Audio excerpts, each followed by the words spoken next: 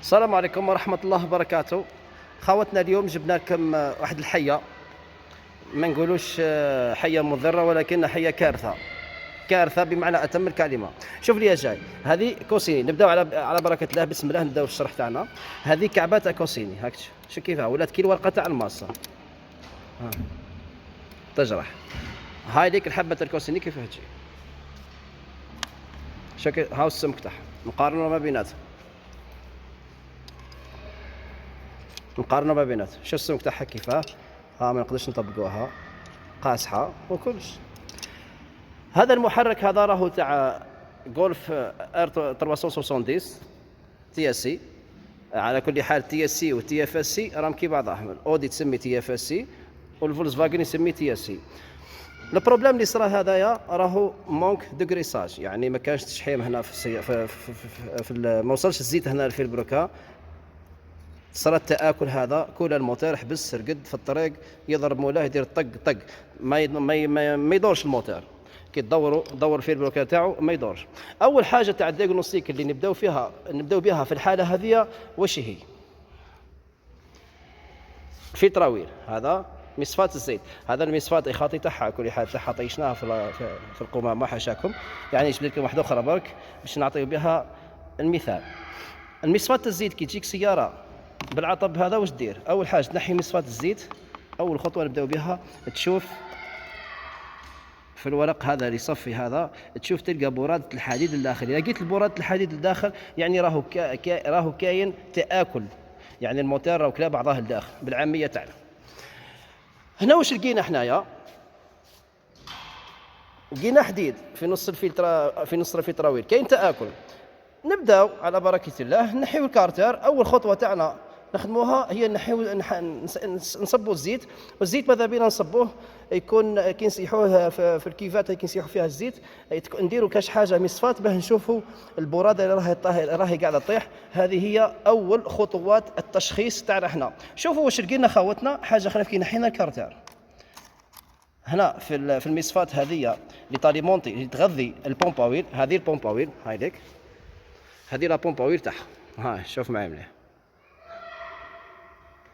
هذه البومباويل مين تتغذى من الكارتر. يعني الحوض هذا يكون معمر زيت، والبومباويل يجي لاصق فيها العمود هذا، المصفات هذه، وتمص الزيت من الكارتر وتطلعوا للموتور.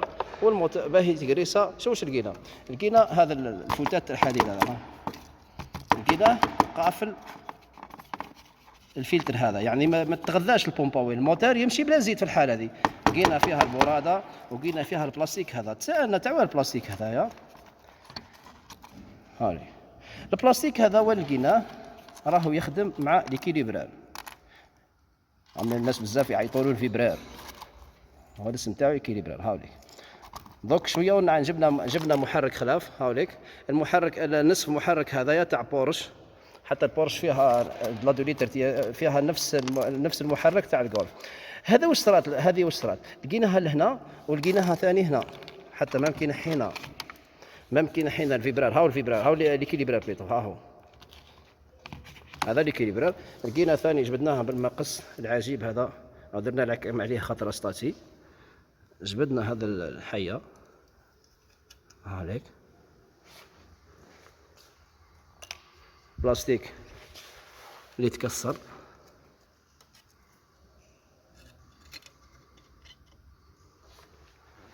لقيناه في الكوتي هذاك، واللي نعتهم كبير هو لقيناه ثاني.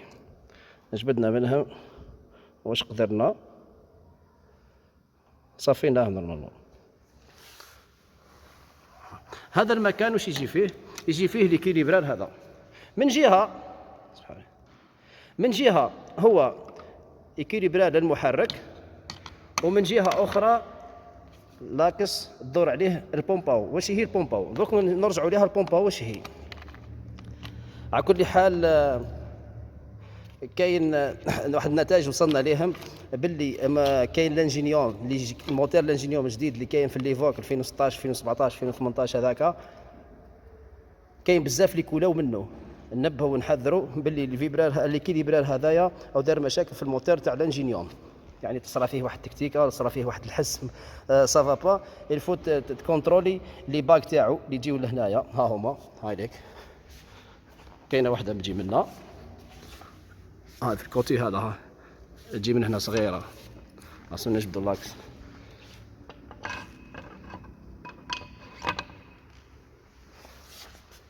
كاينه واحده تجي من هنا صغيره ما تبانش مليح، ما كيتش كيفاه نصورها، هاي تبان شويه لداخل كي شغل الموك فيها المسننات لداخل. وكاينه واحده تجي لوتر كوتي، وكاين اللي تجي في الفيبرال هنا.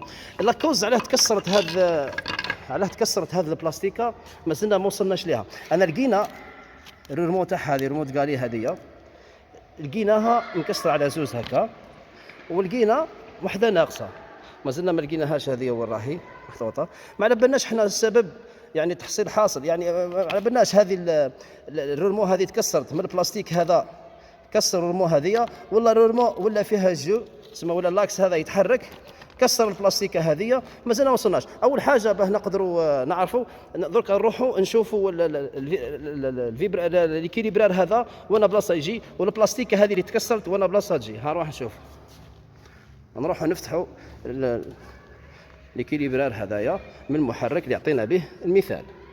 اول حاجه نحيو البومباو، هذه البومباو الكتريك هي لا بومباو برينسيبال تاع المحرك هذا. اللي ما يعرفهاش هاي كيفاه تجي، وهاي وين تجي، عندها بومبا الكتريك لهنايا، وتخدم او ميم طون مع ليكيليبرال هذا. نحيوها،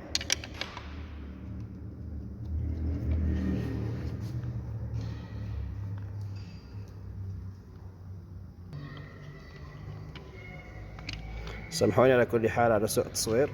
انا جينيرالمون عاده نصور في الليل، ولا كيكون الهدوء شويه، يعني نكون وحدي. ونعتذر من الجماعه اللي علقوا وقالوا شوف معك واحد محترف تصوير ويركب وكذا وكذا. والله يا اخي انا صدي بون كتاش تجيني الفكره، ولا كتاش يجيني العطب باش نعته لكم. ما نقدرش باش ندير بروجرام مع محترفين التصوير. هاوليك هاوي لاكس يدور عليه. دوكا نحيوه، نجيبو الكليا الشوك. الحمد لله هاو جا واحد يعاونني، نخليه يطيح في الخطا. شوف ما حبش يتحلوا البولون هذا، راه زيد عاود درك هاو يدور فيه كوش عادي. ها الكليا شوك تدور كوش عادي. هذا البولون ما يتحلقش، علاش؟ السبب انه يدور العكس. هاي دور، زيد هاي دور، ها يدور العكس. انتبهوا برك يدور العكس. درك نعاودو نفتحو منها. هذا يدور نورمال عادي، يتحل عادي. درك نحيو فين هذا راه الكريسار تاعو يكريسي بيه. درك دز معايا شوف العكس من هنا.